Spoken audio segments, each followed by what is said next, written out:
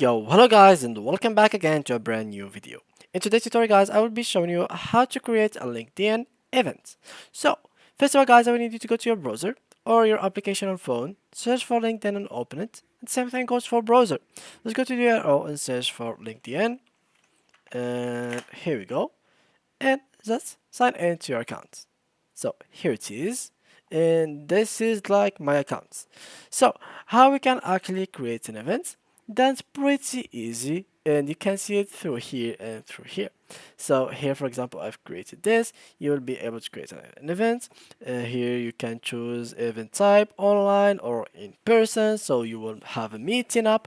Here the event name, for example, anime meeting. We make it in person. Here you can put the time zone, start date, start time, add end date and time, and here the address. So here where you want to meet, here the venue, and here some external events link, so like a PDF file or something like that, or like a web page that explains more about this event. Here guys, all you need to do is put the description, speakers, so add any of your connections of speaker. Confirmed speakers will be shown in the event details section, and when you finish you will click on next. So let's fill all of this information real quick. So here just I'm going to like put some random stuff. So actually let's remove this.